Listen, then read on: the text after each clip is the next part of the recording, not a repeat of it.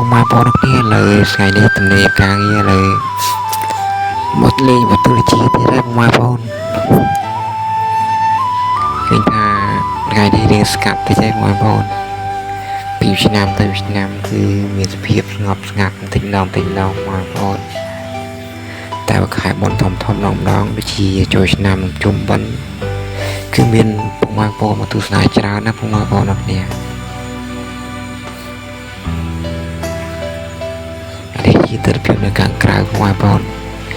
ទៀតខ្ញុំបានចូលសិក្សាថតផ្ដិតយកទិដ្ឋភាពនៅខាងក្នុងជាមួយខ្ញុំបាទ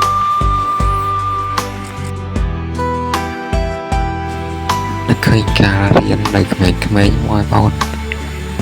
ហើយថាដល់ម៉ោងចេញទៅផ្ទះដល់ជ្រៀតដល់ពេលជីកំលេងវត្ថុជាបងប្អូនហើយដល់ឥឡូវធំឡើងក៏នៅចង់មកលេងដែរបងប្អូនមកការទីកន្លែងណាការសាស្ត្រដល់ចង់មកលេងបងប្អូនណាត់ដឹងមិនដែរអានឹងតែចំពោះខ្ញុំតែចំពោះពុកម៉ែបងប្អូនណាគិតមិនទេ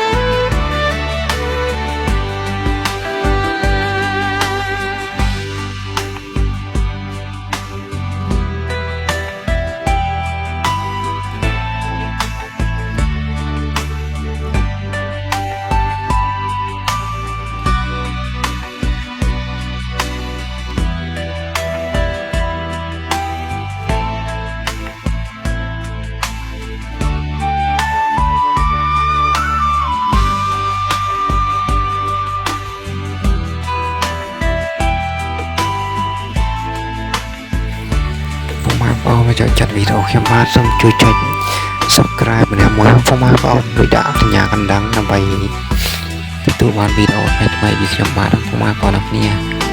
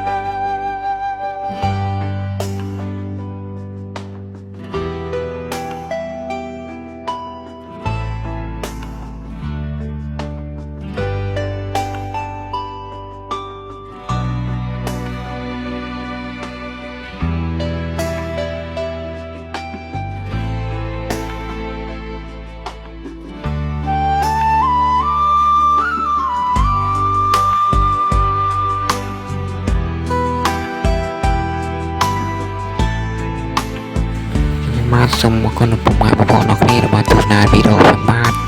តាមបណ្ដាលរបស់ទីម្ចាស់ប្រពន្ធពុកម៉ែបងប្អូនសូមជួបតែសំណាងល្អ ជួបជាមួយ